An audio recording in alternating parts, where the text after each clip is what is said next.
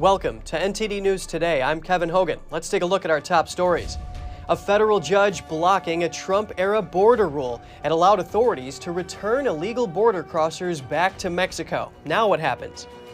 It may not have been the best kept secret in politics, but former President Trump has officially let the cat out of the bag. He is running for president in 2024. We have takeaways from his announcement last night. A Republican-controlled House could launch a probe into Dr. Anthony Fauci and whether his agency funded controversial virus research in China. How does Fauci respond? Find out what celebrities lost big with the implosion of cryptocurrency exchange FTX. The $32 billion company filed for bankruptcy last week. Going back to the moon. Today, a rocket took off, bringing test dummies within 60 miles of the moon, and NASA says there may soon be real astronauts walking on the lunar surface again.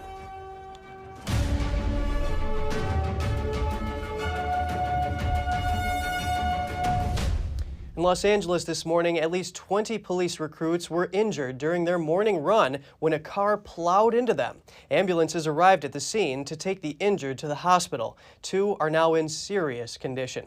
According to Fox News, the recruits are cadets at the Sheriff's Training Academy in Whittier. The accident happened at around 6 a.m. local time when the recruits were running as part of their training session. Police have arrested a suspect believed to be the driver. Authorities say the cause of the crash is still under investigation. And a federal judge yesterday blocked a rule that makes it easier to turn away illegal immigrants at the southern border. NTD's Jessica Beatty has the details. A judge Tuesday blocked the Biden administration from using Title 42. The Trump-era policy was invoked back in March 2020. The rule allowed border authorities to quickly expel illegal border crossers back to Mexico if they posed a health threat amid the pandemic. The CDC policy continued under President Biden. But Tuesday, a judge ruled it violates the Administrative Procedure Act because the CDC failed to consider alternative measures. The ACLU is praising the end of Title 42, calling the rule inhumane and driven purely by politics. Without Title 42 in place, all illegal immigrants arrested at the border must be processed under immigration law. Shortly after that decision was reached, the Biden administration requested a stay on it. If that stay is granted, it will keep Title 42 alive through December 21st. Meanwhile, Homeland Security Secretary Alejandro Mayorkas Tuesday said he has no plans to resign after Republican lawmakers pressed him about it. Mayorkas is facing mounting criticism over his handling of the immigration crisis at the U.S.-Mexico border. Border Patrol reported a record 2.2 million encounters with illegal immigrants along the border in the fiscal year 2022, which ended in September. It's the first time the numbers exceeded 2 million in 1 year. And Texas Governor Greg Abbott has sent his first bus of illegal immigrants to Philadelphia. It was scheduled to arrive Wednesday morning. Governor Abbott's been sending illegal border crossers from Texas to sanctuary cities to protest what he calls Biden's open border policies. He says since Philadelphia's mayor fought hard to get sanctuary city status, it's an ideal place to send people. In the past, Abbott sent buses to New York, Chicago, and the nation's capital. He says he'll continue doing so until the Biden administration tightens border security to prevent illegal immigrants from pouring into his state. Jessica Beatty, NTD News. Former President Trump is running for president again in 2024. He made the official announcement last night at his Mar-a-Lago estate. NTD's Jeremy Sandberg has more on Trump's third campaign for the Oval Office. America's comeback starts right now. Trump addressed guests at Mar-a-Lago with a sobering tone on Tuesday night. He called attention to the current state of the nation under President Biden's administration. We are here tonight to declare that it does not have to be this way. Trump decried the crisis at the southern border, record high inflation, and violent crime rates. In order to make America great and glorious again, I am tonight announcing my candidacy for President of the United States. The former president says he wants to tackle inflation and vowed to immediately reinstate border security policies like Remain in Mexico if elected. He also promised to be tough when it comes to dealing with China and touted the benefits the country received from the trade war when he levied tariffs against them. We were getting hundreds of billions of dollars Many people think that because of this, China played a very active role in the 2020 election. Just saying, just saying. Sure, that didn't happen.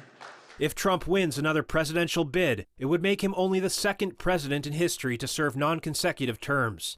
This will not be my campaign.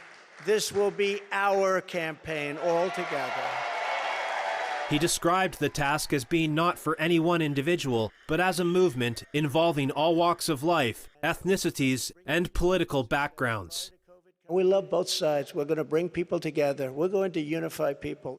President Biden tweeted out, "Donald Trump failed America," following the announcement. Aides filed the official paperwork with the U.S. Federal Election Commission earlier in the day, setting up a committee called Donald J. Trump for President 2024. Jeremy Sandberg, NTD News. Now on to some analysis surrounding Trump's announcement he's running for president again. An investigative journalist breaks down efforts to stop Trump from taking power and concerns of a repeat of 2020, which was riddled with fraud allegations. Joining us now is Lee Smith, columnist and author of The Plot Against the President. He's also the host of Over the Target on Epic TV. Great to have you on to discuss former President Trump's big announcement, Lee. Great to be with you this morning, Kevin, to speak about it. President Biden last week said that his administration has to demonstrate that Trump will not take power if he runs. Biden said they will use legitimate efforts of the Constitution to ensure Trump will not become president again. Do you expect Biden will use the DOJ or another federal agency to hurt Trump's chances of becoming president again? Well, certainly they've been doing that. That's what the Democrats have been doing, and Joe Biden has been part of that operation since he was Barack Obama's vice president in 2016. So I have no doubt that Joe Biden will use the Department of Justice, the FBI, and whatever instruments are under his unlawful control, the way he's weaponized these different institutions to target his political opponents. Joe Biden has just made clear what everyone has seen happening since 2016. If Joe Biden wishes to prevent Donald Trump from becoming president, then Joe Biden should focus his energies on governing the country correctly, governing the country reasonably to cultivate American peace and prosperity. And then he can run against Donald Trump in 2024. That's how he can prevent him from becoming president, not by weaponizing the agencies he and his progressive faction have been using since 2016 against Trump, Trump aides, and Trump supporters. I see what you mean, Lee. Just beat him fair and square in an election and not resort to what some have called maybe a political attack. How does the Mar-a-Lago raid, J6, how does this all play into this? Well, I mean, this is certainly part of Joe Biden's efforts to stop Donald Trump from running for president in 2024. It's never happened before. The idea that federal law enforcement agencies are weaponized to target Joe Biden's political opponents, it's sick. This is unconstitutional, and it's disgusting. And it's not just the Mar-a-Lago raid. We've seen Joe Biden use the FBI to go after January 6th defendants, to go after, and now we understand, by the way, how many FBI confidential human sources were on the grounds of the Capitol on January 6th to frame Trump supporters. We've seen them go after school parents who object to the Biden administration's push for CRT as well as trans ideology. So again, the Mar-a-Lago raid is certainly a big part of it. Well, now that we've passed Election Tuesday, midterms here, what do you expect to happen in 2024? I mean, how can we prevent a repeat of 2020, which saw many Americans lose faith in the U.S. elections? Yeah, this is one of the reasons why the 2022 midterms were important and decisive, because control of different states, for instance, Arizona, now allows Democrats to establish the electoral procedures. And it appears that not all of them, well, let's leave it like this. There were irregularities, again, in Maricopa County. To what extent that may have affected the vote is unclear yet. We'll see that more and more as data comes in. But the reality is, insofar as these state systems are riddled with problems, then that's definitely going to affect the 2024 vote. And there's no doubt that Republican voters, and in particular Donald Trump's base, his solid base of support, are going to be concerned going into 2024, but I'm sure highly, highly motivated as well. Yes, and in Maricopa County, we've seen fences, drones, protests, even what some reporters are calling a third world country scene. Lee Smith, columnist and author of The Plot Against the President, so great to speak with you again. Yeah, thanks so much again. Donald Trump officially launched his quest to duplicate a feat only accomplished by one former president. If he prevails, Trump will join Grover Cleveland as the only president to leave the White House and return for a second term 4 years later. NTD's Daniel Monahan has more.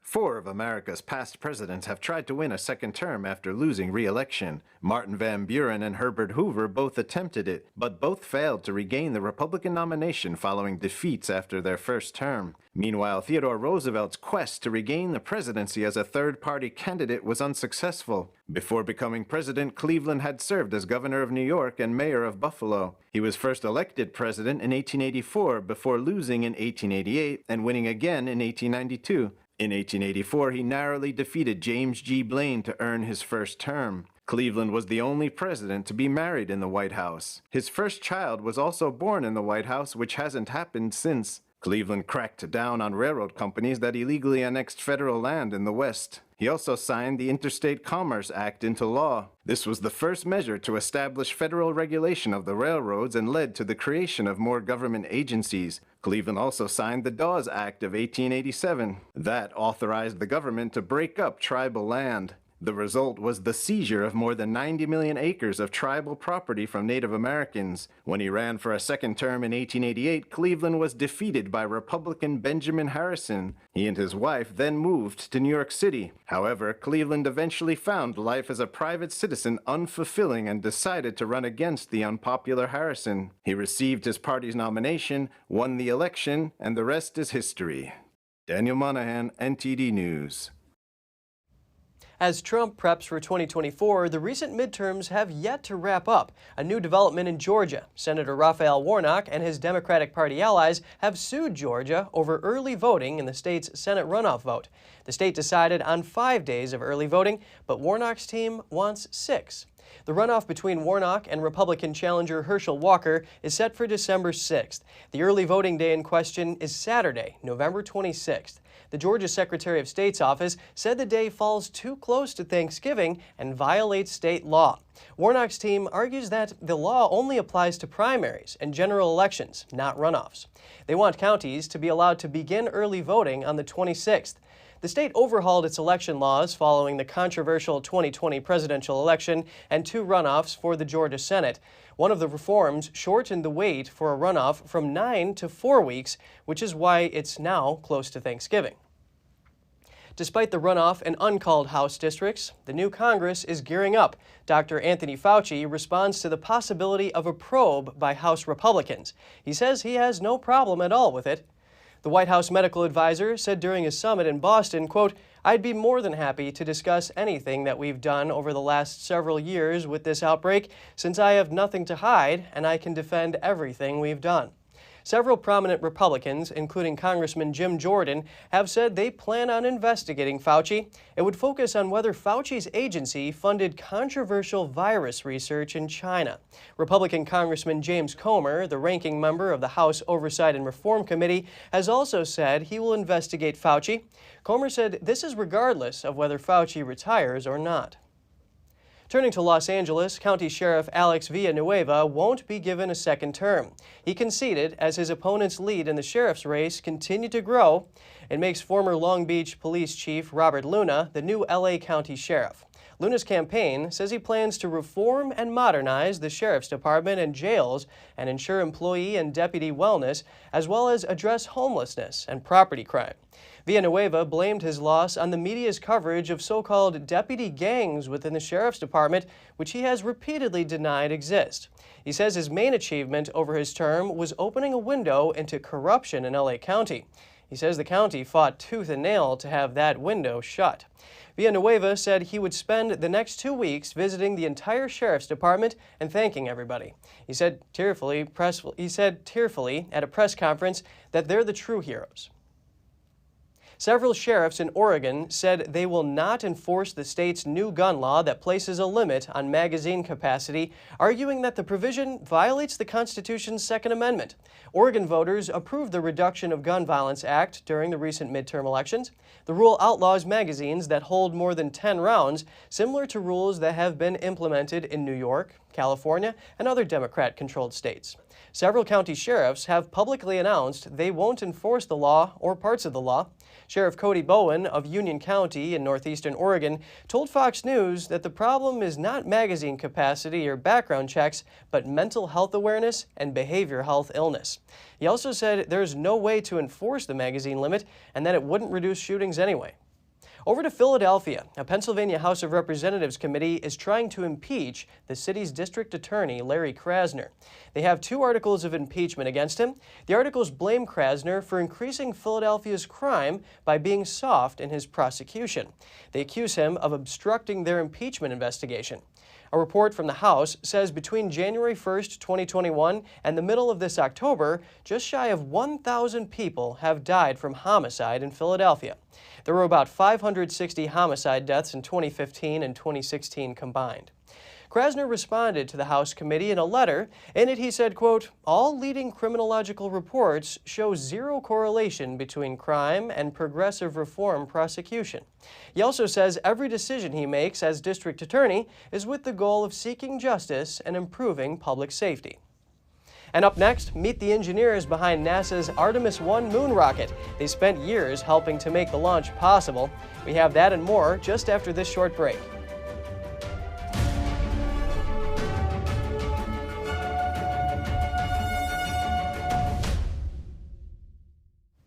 Going back to the moon, this morning a new moon rocket by NASA took off, heading towards Earth's largest satellite.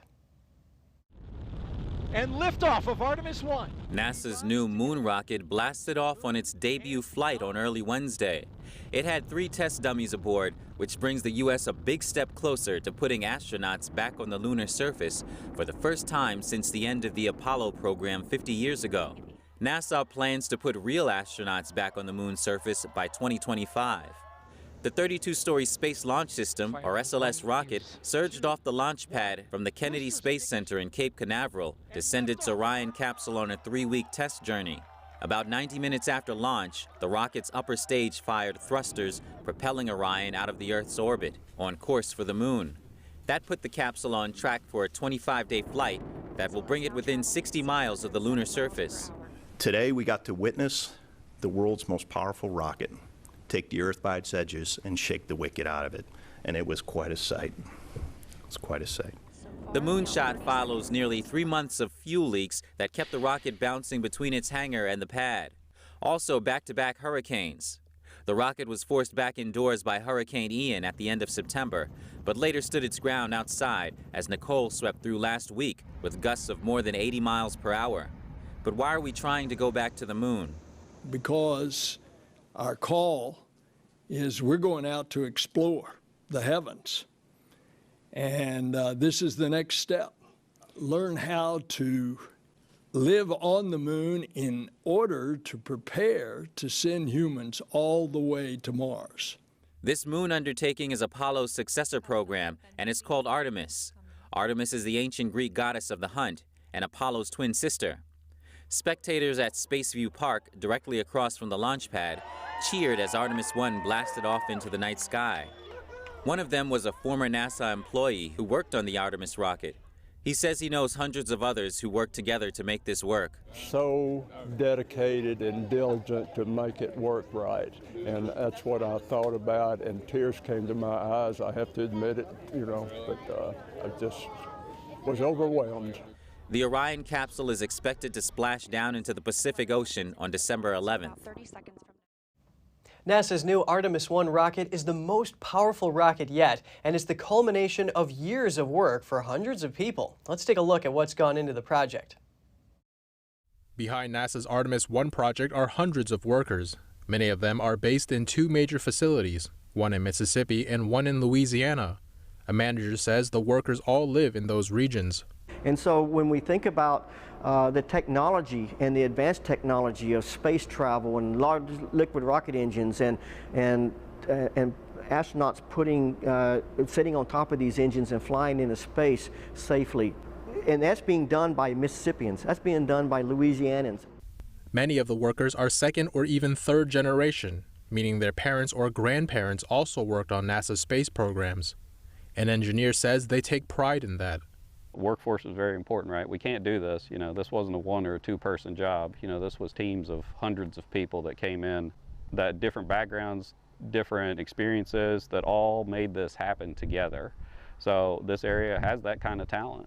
It's been rooted down here for generations, and a lot of people see it as it's a badge of honor to work here. What did the workers here have to do to make the launch happen? The core parts of the rocket are first built and constructed in Louisiana and then sent to Mississippi for testing before being assembled at the Kennedy Space Center. A director describes the testing process. So we put the rocket in a stand, we fill it with propellants, and then we run the full engine test like we would fly. We want to make sure all the engines perform and its core stage performs as designed. And then we put it back onto the barge and ship it to Kennedy, where they stack it in a vertical assembly center as we got Artemis 1, and then you launch it. So Kennedy is the stacking and launching. Stennis is the testing of the big stages, and Michoud is the fabrication and construction of the core stage. The goal of NASA's Artemis project is to create a long-term human presence on the moon and eventually send people to Mars. The entire program will cost $93 billion by the time astronauts are back on the moon. Several celebrities and popular athletes are facing the fallout of the sudden collapse of the cryptocurrency exchange FTX. The $32 billion company filed for Chapter 11 bankruptcy last week. The implosion of the cryptocurrency exchange FTX, one of the most powerful figures in the industry, has left investors grappling with the aftershocks. How much of this is effectively an empty, product? FTX's CEO, Sam Bankman-Fried, is facing multiple investigations after reports that he mishandled billions of dollars in customer funds, causing the 30-year-old to see his own $16 billion fortune erased overnight. Now the stunning collapse reverberating across the trillion-dollar industry. Gwyneth Paltrow, Reese Witherspoon, Kim Kardashian, and Matt Damon among the celebrities who have endorsed the crypto craze. With 4 simple words that have been whispered by the intrepid since the time of the Romans. Fortune favors the brave. So does fortune favor the brave? For those that invested $1,000 in Crypto.com when actor Matt Damon started touting it just over a year ago, that investment is now worth less than $300 today, dropping almost 70%. Bloomberg reporting that billionaire Mark Cuban's investment in the Titan token tumbled 99% this August. Tampa Bay Buccaneers quarterback Tom Brady bought an equity stake in the now failed FTX. You know what? I'm in. Along with Brady, tennis Grand Slam champion Naomi Osaka, basketball star Steph Curry, and baseball Hall of Famer David Ortiz among top athletes who will reportedly lose millions with the collapse of FTX. Whoa, Moon, slow down. You getting into crypto? With FTX? But no franchise took a bigger hit than the Miami Heat basketball team, who terminated their 19-year, $135 million naming rights deal with FTX, leaving them scrambling for a new sponsorship partner 1 month into the season. And the fallout from FTX is hitting Australia as well. Thousands of crypto investors there have found themselves in a precarious situation. They now face the risk of losing their entire investment following the collapse of the crypto exchange. Investors, crypto markets, and regulators were all caught off guard in a dramatic series of events that triggered a massive bank run and withdrawal. This caused FTX to collapse due to a lack of liquidity. The company's bankruptcy proceedings cover FTX US, but do not include the subsidiary FTX Australia. And in other news, Missouri doctor Eric Naputi could face a civil penalty of more than $500 billion. The Federal Trade Commission has sued him for violating the COVID-19 Consumer Protection Act. The complaint alleges that the St. Louis chiropractor profited from selling vitamin D and zinc products online while promoting those drugs as a treatment or prevention against COVID-19. The government's lawsuit says such claims lack scientific merit and says Naputi took advantage of people's pandemic fears. But the doctor says the government is only targeting him because he sought other treatments for COVID-19 instead of the vaccine. He says they want to make an example out of him. According to the CDC, vitamin D does help the immune system fight off bacteria and viruses. The case will stand trial in a Missouri federal court in March. Turning to a drug smuggling case, authorities at a New York airport say they found $450,000 worth of cocaine in a wheelchair. The U.S. Customs and Border Protection reports the illegal drugs were seized at the John F. Kennedy Airport last week. According to the agency, officers discovered approximately 28 pounds of cocaine stuffed in the wheels of a wheelchair from a woman from the Dominican Republic. The officers x-rayed the wheels of the chair because they didn't turn, and that's how they found the cocaine. The woman was turned over to Homeland Security investigations and will face federal narcotics smuggling charges. And coming up, the United States, Canada, and Mexico as a union of states in the likeness of the European Union? One congressman sees cause for concern in some recent meetings and wants answers. And a top human rights group is putting pressure on Mexico over the 43 missing students from 2014. They say the country's military is withholding evidence. We'll have the details soon when we return.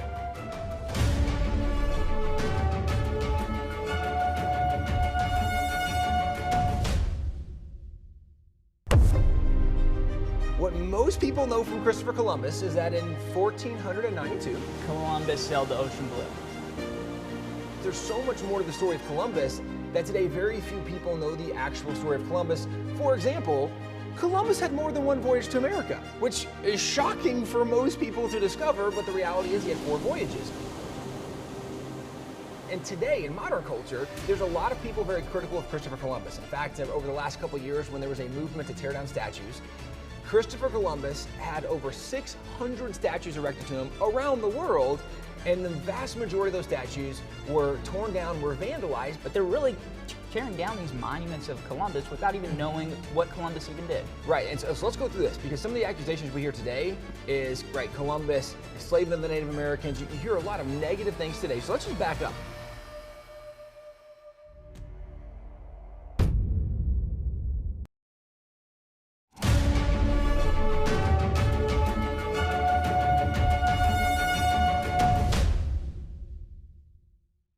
Welcome back. Over in Mexico, the country is facing pressure to explain the disappearance of 43 students 8 years ago.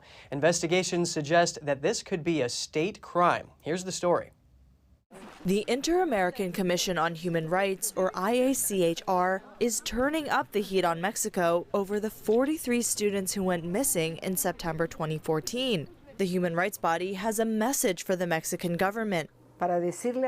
We want to tell the Mexican state that we put the Ayotzinapa issue in the foreground, that the victims of this case deserve a response from the government. We made a road plan out of our report. The previous Mexican administration said the youths were murdered by corrupt police working with a local drug gang. The IACHR later created a group of experts to review the evidence, and they found that the Mexican army was withholding evidence. The army still has a position where they will not hand over all of the information. The current Mexican administration published new findings in August, calling the incident a state crime and pointed to army involvement. But authorities later withdrew over 20 arrest warrants that had been issued, chiefly against military officials. We cannot deny there was a compromise and a political will from the government to comply, but in these last weeks, we have expressed our worries. The human rights group said the government's efforts to cover up the incident appeared to be part of a structural pattern of abuses in Mexico. They're asking the Mexican government to clear up what role the military played in the incident. Talk of an EU style of government in the Americas has raised red flags with U.S. Congressman Matt Gaetz. The congressman wants answers from Secretary of State Antony Blinken. NTD's Daniel Monahan has the story. Mexico's president says he has been holding discussions with U.S. Secretary of State Antony Blinken. The topic is the possibility of merging the American continent into one government based on the model of the European Union. President Andrés Manuel López Obrador says Blinken talked about consolidating the North American region and that it is something they both agreed on. The Mexican president continued that he is in favor of the unity of the entire American continent, the integration of Canada, the United States, all of the Americas. Representative Matt Gaetz sounded the alarm on Fox News. I don't want my constituents having to live under the socialist tyrannical lockdowns enacted by Justin Trudeau Castro while their nephew's being poisoned by Mexican fentanyl, but that apparently is the globalist order that the Biden administration supports here as they give away our money and our chance of a brighter future overseas. Concerned that Blinken appears to be having such discussions abroad, he sent a letter to the secretary to find out more. He asked the following questions. 1. Is it your position that the North American continent should be united by a regional constitution to further the economic interests of its member states? And 2. Is the position of the Department of State that the United States, Canada, and Mexico should become a union of states formed in the likeness of the European Union? A spokesman from Gates' office recently said that the congressman hadn't yet received a response from Blinken traveled to Latin America to attend the Organization of American States General Assembly. That is a United Nations-style organization that was formed in 1948. At the completion of the summit, the 35 member countries adopted the Lima Declaration titled Together Against Inequality and Discrimination. During his remarks in Lima, Blinken said in his words, when all communities have equal access to development, all of society benefits, and because more equal democracies tend to be more stable and secure partners. The Lima Declaration describes its goals within the diversity, equity, inclusion framework. It is a framework that is criticized for favoring diversity over merit and an assumption that white people are inherently racist. The declaration focuses on economic issues, climate change, and bolstering inclusion for minority groups, especially around gender. It states that there is a need to achieve significant financing increases and investment from a wide variety of public and private sources. It also calls for international development cooperation to achieve diverse, fair, and more prosperous societies. American taxpayers fund nearly 50% of the Organization of American States budget, which in 2023 is set to be more than $90 billion. Regional analyst Orlando Gutierrez Boranat told the Epoch Times that a consolidated North American region could offer mutual economic benefits and create regional stability. However, he says a supranational union of that sort must be based on solid principles of freedom and democracy, not on what he calls the absurd ambiguity towards the tyranny of, for instance, President López Obrador in Mexico. Some critics of Mexico's president believe the country's democracy is fragmenting under Obrador. They cite the silencing of critics, defunding regulatory agencies, and looting state-controlled trusts. The same week Blinken was in Peru, he met with Colombia's newly elected leftist president Gustavo Petro. Petro is a former member of the M19 guerrilla group, which was a 1970s-era Marxist organization. They discussed climate action, the migration crisis, and a holistic approach to countering narcotics trafficking in the region. In Chile, Blinken met with Socialist President Gabriel Boric to discuss similar issues. Boric has open ties to Chile's Communist Party. Meanwhile, there's another player wooing the United States' southern neighbors. China is now South America's largest trading partner. With its Belt and Road Initiative, the CCP has sunk sizable investments into the region and is now one of its biggest lenders. The CCP has built ports, roads, dams, and major power projects throughout Latin America over the past 20 years. Daniel Monahan, NTD News. If you have any news tips or feedback for the show, don't hesitate to email us at news.today@ntd.com. And still to come, we have an update on the missile that landed in Poland. A new statement from Poland calms fears that the Russia-Ukraine war might spread to neighboring countries. More in just a moment here on NTD News Today.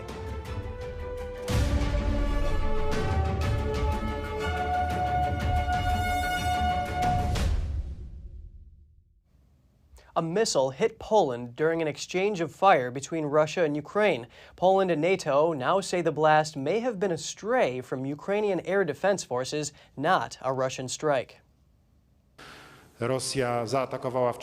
Yesterday, Russia attacked Ukraine. Ukrainian air defense, missile defense, fired a lot of missiles to neutralize this Russian attack. It is estimated that maybe half, maybe a bit more than a half of all Russian rockets were shot down. The rest hit the Ukrainian territory. It is unfortunately highly probable that one of the missiles fired by the Ukrainian air defenses fell on our territory. The statement relieves global fears that the war in Ukraine could spill over the border. The missile landed on Polish territory 4 miles from the Ukrainian border, killing 2 people. Poland's president said it was a Soviet-made S-300 rocket but there was no evidence it was launched from the Russian side. The blast occurred as Russia launched dozens of missiles at several locations in Ukraine. Kyiv said it shot down most of the incoming Russian missiles with its own air defense missiles. The Russian Defense Ministry has denied hitting any civilian targets, but NATO said Russia still bears ultimate responsibility because it started the war. According to Polish authorities, the country is now working with allies and internally to investigate the situation. Britain and the European Union on Monday imposed sanctions on 2 Iranian ministers and several senior police and military officials over their alleged roles in the security crackdown against anti-government protests. EU ministers imposed asset freezes and travel bans on 29 Iranian officials, including Iran's interior minister. The bloc says he's responsible for serious human rights violations in Iran due to police actions during the protests. In what appeared to be a coordinated move, Britain announced Iran's communications minister and several other officials would face similar restrictions in the UK. According to the activist HRANA news agency, so far over 300 demonstrators have been killed in the unrest and over 15,000 detained. Iranians have been protesting their government's severe restrictions following the death of 22-year-old Mahsa Amini in police custody. Amini was arrested for allegedly violating the Islamic Republic's strict dress code. After a one-year suspension, the Russian national soccer team is now readying to play its first FIFA-approved international match. However, this doesn't mean the team was completely lifted from the ban. The match is a friendly against Tajikistan tomorrow in the country's capital of Dushanbe. That's more than a year after the last official ousting from the Russian team when it lost to Croatia 1-0 on November 14, 2021. The team was scheduled to play in playoffs for the 2022 FIFA World Cup, but after Russia invaded Ukraine, the team was banned from competing. Russian clubs are also barred from the Champions League and all UEFA competitions. But FIFA has given the green light for the upcoming match, saying they will approve it as long as the local confederation agrees. UEFA says the friendly matches aren't part of UEFA's competitions and are thus not in conflict with their former decision to suspend Russian teams. Berlin's Constitutional Court has ordered a rerun of regional parliamentary election from September 2021. That vote was held on the same day as the Berlin Marathon and a day when COVID lockdowns were in place. The judges said chaotic conditions at polling sites may have affected the results. They cited evidence of long waiting times at polling stations, temporary closures, and incorrect or missing ballots. The new ruling will take place within 90 days. It covers elections for 12 district councils. Local media reported that the city's state authorities have set the election reruns for February 12th. Voters at over 400 polling stations in Berlin will cast their ballots again. But according to projections, the vote won't affect the composition of the federal government. And now turning our attention over to Israel. The country's new parliament was sworn in on Tuesday. This is following the election that took place on November 1st. Israeli President Isaac Herzog officially opened Israel's 25th parliament session on Tuesday. The 120 members of parliament were sworn in during a festive ceremony. The ceremony included the pounding of a gavel and sounds of trumpets. In the November 1st elections, former Prime Minister Benjamin Netanyahu and his conservative coalition won a majority of seats. He and his allies will control 64 seats in the new parliament, replacing outgoing Prime Minister Yair Lapid. Netanyahu's majority ended political instability in Israel, which held 5 elections in less than 4 years. Staying in Israel, the nation says it won't cooperate with a U.S. investigation into the death of a Palestinian-American journalist. The reporter was fatally shot in May while covering an Israeli raid in an occupied West Bank city. The correspondent reported on the Israeli-Palestinian conflict for more than 2 decades. Israel's defense minister says the U.S. investigation is interfering in internal affairs. He says Israel already conducted an independent investigation and shared the results with the U.S. They said an Israeli soldier likely shot her, but no laws were broken. Meanwhile, the Palestinian Ministry of Foreign Affairs welcomed the FBI's investigation. They say it indicates that Israel is covering something up. And just ahead, for the first time, tech giants team up to make their smart home devices work together. Find out how it works and which products will have the new update. And a famous street for Christmas lights in London makes compromises to save energy. Stay tuned for more on that when we return.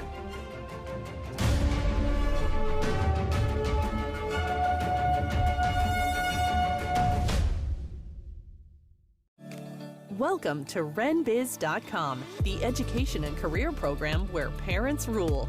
We replace public schools and universities.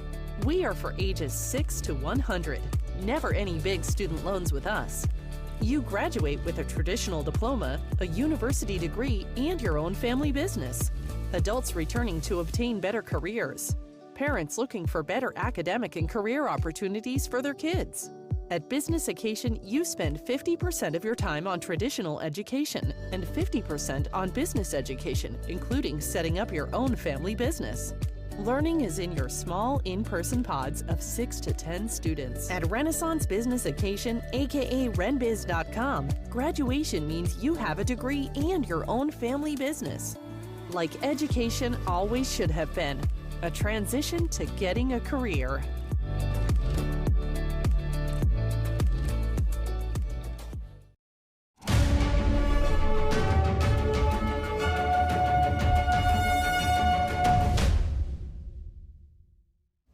Good to have you back. Paris is considering banning its 15,000 rental electric scooters due to concerns about public safety on the city's sidewalks. However, operators are proposing a series of improvements in the hope of getting their licenses renewed. The Paris Town Council is considering not renewing the licenses of the 3 operators which expire in February 2023. Its vote is only a recommendation. The final decision rests with the mayor of Paris. Paris officials say that the nuisances caused by scooters now outweigh the advantages to the city. In 2021, 24 people died in scooter-related accidents in France, including one in Paris. This year, Paris registered 337 accidents with e-scooters and similar vehicles in the first 8 months of the year. That's up from 247 over the same period in 2021. Tech giants are joining forces to make their smart home devices work together. NTD's Andrew Thomas has more on the new standard called Matter. Matter is for all of us. Matter is a communication standard that lets smart home devices communicate. It can include lights, speakers, and fans. For the first time, big names like Apple, Amazon, Google, Samsung, and others are making these devices work together. Matter is a local network. It is on the devices in the home. It doesn't rely on the cloud or the internet. So you can have direct control over all of the devices in your home network. And that delivers a seamless experience for consumers in their home, that everything just works with each other. Matter started 2 years ago and is now launching its first version. It was developed by the Connectivity Standards Alliance. The way that the Matter standard works is effectively uses anything that has an internet protocol network layer or internet protocol like a Wi-Fi or Thread. And so what Matter does is it's a language that sits on top of all of those different protocols themselves and makes life easy for developers and consumers to connect all of those together. Smart home ecosystems like Apple HomeKit, Amazon Alexa, and Google Home used to work separately. They often needed separate apps to be set up and controlled. Matter-certified devices will make them compatible, allowing consumers to pick devices across all brands. Before the launch of Matter, we've been all kind of competing against each other to grow its own ecosystem of smart devices, but that ended up, creating a fragmented marketplace. Most of the brands involved plan to update their existing products to make them compatible with the new Matter standard. We think that Matter is a really, really innovative and strong, strongly positioned towards the future of smartphone. And so we think that it's going to be really important going forward. And we also want to make sure that we communicate that people's existing smart home devices aren't going to be left behind, that we'll continue to support them no matter how they're connected to Alexa. As of November 3rd, 190 devices were either certified or in the process of being certified by Matter. Andrew Thomas, NTD News. The famous Christmas lights on Oxford Street in London have been switched on, bringing cheer to shoppers. But for the first time, in a bid to save energy, they'll be turned off after 11 p.m. Christmas lights are bringing some cheer to the major shopping area in Oxford Street in London. But this winter, for the first time, the display is not lit up for the full 24 hours. So this year they're only on for the 8 hours. And actually I should mention that all of the bulbs are LED bulbs, which make them 75% more efficient than standard bulbs. So we feel we're doing all we really can. In Covent Garden, a 60-foot tall Christmas tree is towering over the market square. It's decorated with over 30,000 LED lights. Sustainability is a big factor for the company that manages the market. The Christmas tree is UK sourced. It's really important to us to make sure that we're sourcing that from within the UK. And then what are we doing when we're actually finished using the tree? We're looking at recycling the tree so it can be repurposed for other things. And that's something we've been doing for many years now. December is the biggest month of the year for most retailers. But with inflation at a 40-year high, retailers could face a less profitable Christmas. Our last data was out at the beginning of November and showed that retail sales grew by just over 1.5% in October. We expect that to continue in the lead up to Christmas, but once you strip out the effects of inflation, then the actual volume of goods that are being bought is actually down year on year. The economy might be gloomy in the UK this year, but at least the lights will add some Christmas cheer. I haven't seen them for quite a while, so it was actually really refreshing to actually come up and see an improved display from previous years. Much more vibrant, and they actually have a bit more glitz about them. London has a new winter attraction. The redeveloped Battersea Power Station has launched the city's only riverside ice rink. Visitors can also experience traveling to the top of the 360-foot tall chimney in a glass lift and have a 360-degree view of the British capital's skyline. London's Battersea Power Station opened a new ice rink on Monday. Some keen skaters couldn't wait to show off their skills.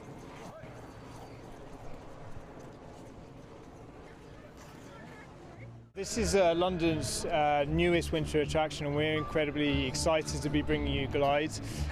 We've got an amazing new ice rink. It's brand new. It's London's only riverside ice rink. And obviously when you look at the backdrop that we have behind us, it's easy to see why we've chosen this place to put it. The ice rink is composed of 3 interconnecting rinks with a 9-metre tall Christmas tree as its centrepiece. Another unique experience, Lift 109, opens to the public on Tuesday. It's a glass elevator that takes visitors to the top of one of the landmark's chimneys, where they can enjoy a 360-degree view of London's skyline. So we are standing at the top of the northwest chimney. We are 109 metres in the air on top of Battersea Power Station, and I think only for the pure sheer exhilarance of being up at this height, seeing London, seeing its whole 360-degree panorama, and a unique once-in-a-lifetime opportunity to do it, I think is the reason for people to come down here. The 1930s power station once supplied 1/5 of London's electricity, including Buckingham Palace and Parliament. A £9 billion redevelopment will see thousands of people living and working in and around the once derelict station.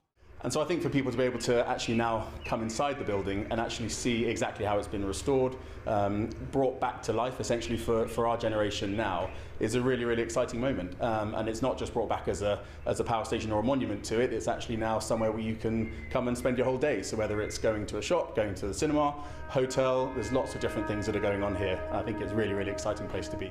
Visitors can also ride a festive Ferris wheel and carousel at the site, as well as book one of the 3 private pods called igloos. Still to come, a new museum in New York celebrates the culture and history of Broadway. It's opening right in Times Square. Details to come on NTD News Today.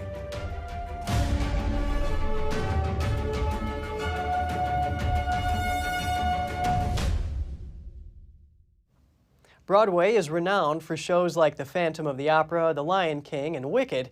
Now a new museum is celebrating its culture and history. NTD's Andrew Thomas has more on the new institution. The Museum of Broadway is taking center stage.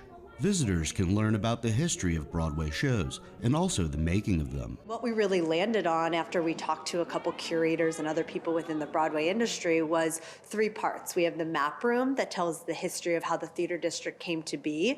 And so it used to actually be in the financial district, and it migrated north to present-day Times Square. The museum moves from the past to the present to the future.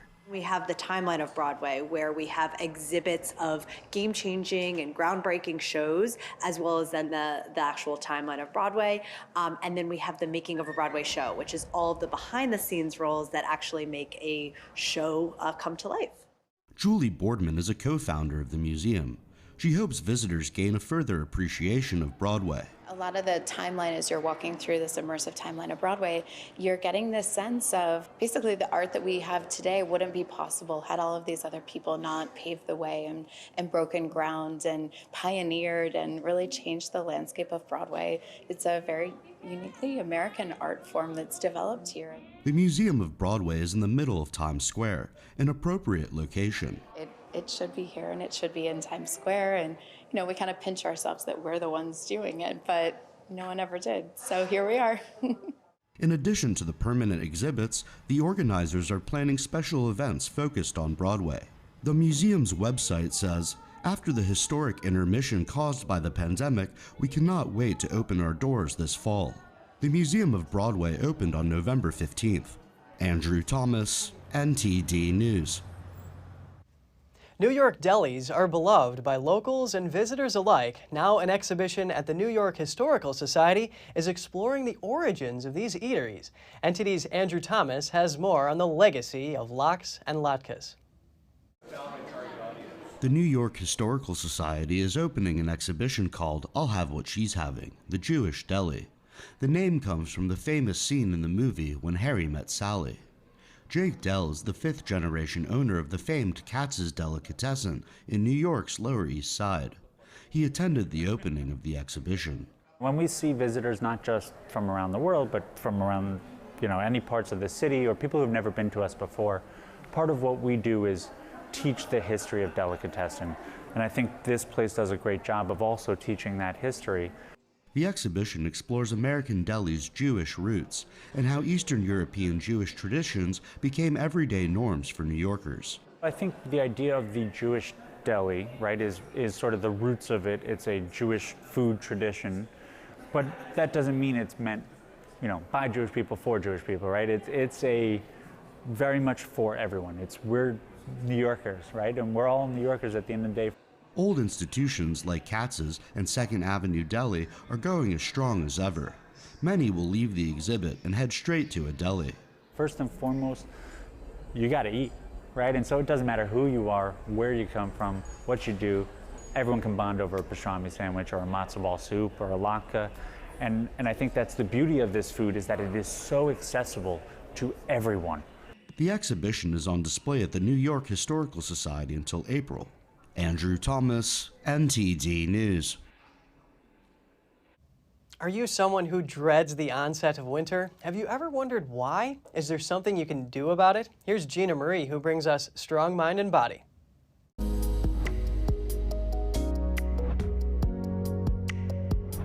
With winter around the corner, some people will experience a mental and emotional slump.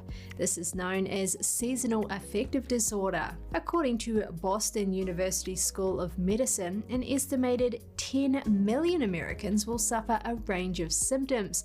These include mental and emotional challenges. So what is actually going on? Scientists have mixed opinions about seasonal affective disorder and its causes. Some suggest lower serotonin levels. Serotonin is a brain chemical and neurotransmitter that works as a mood stabilizer. And other scientists will say increased melatonin production levels may disrupt the circadian rhythms. This is a complex issue. Let's look at some drug-free interventions. Firstly, increase your exposure to bright light. Try to make your living environment lighter and brighter. Choose more sunlight in the morning and during the day. You'll also want to avoid blue light at night. That will help you to maintain healthy melatonin production. Healthy lifestyle habits are also important. Exercise is well known for reducing anxiety, improving sleep, and triggering the feel-good endorphins. Also, be sure to make good food choices. Include lean protein, vegetables, and complex carbohydrates to stabilize blood sugar and your energy levels. Social connections are also important. they are a protective factor against depression. Catching up with friends in person or in phone conversation shifts the negative thoughts and brings perspective. The ancient Chinese have an interesting view of winter mood changes. Winter mood changes reflect the interconnection between humans and nature. Aligning with the season to live a harmonious life is the aim. The summer energy of Yang suggests growth and expansion, while the winter energy of Yin is the time to draw inward and tend to your inner world. If during the busy summer you avoided internal change, now is the time to allow for calm reflection and self-discovery. Yosemite National Park has done away with its controversial reservation system. Officials announced the news Tuesday. The busy park started requiring reservations during the first 2 years of the pandemic. It was a crowd control measure during the peak summer season. The policy was continued for a third year due to construction. But the construction won't be happening next year. Some people liked the rule because it cut down on the park's well-known congestion. But last-minute travelers unable to enter didn't like it, nor did gateway communities that relied on tourist dollars from people traveling to Yosemite. That's all for today's program. We're really glad to have you with us. Please send us an email if you'd like to tell us something. We're going to put it on screen. For podcasters, that's news.today@ntd.com. I'm Kevin Hogan, NTD News, New York City.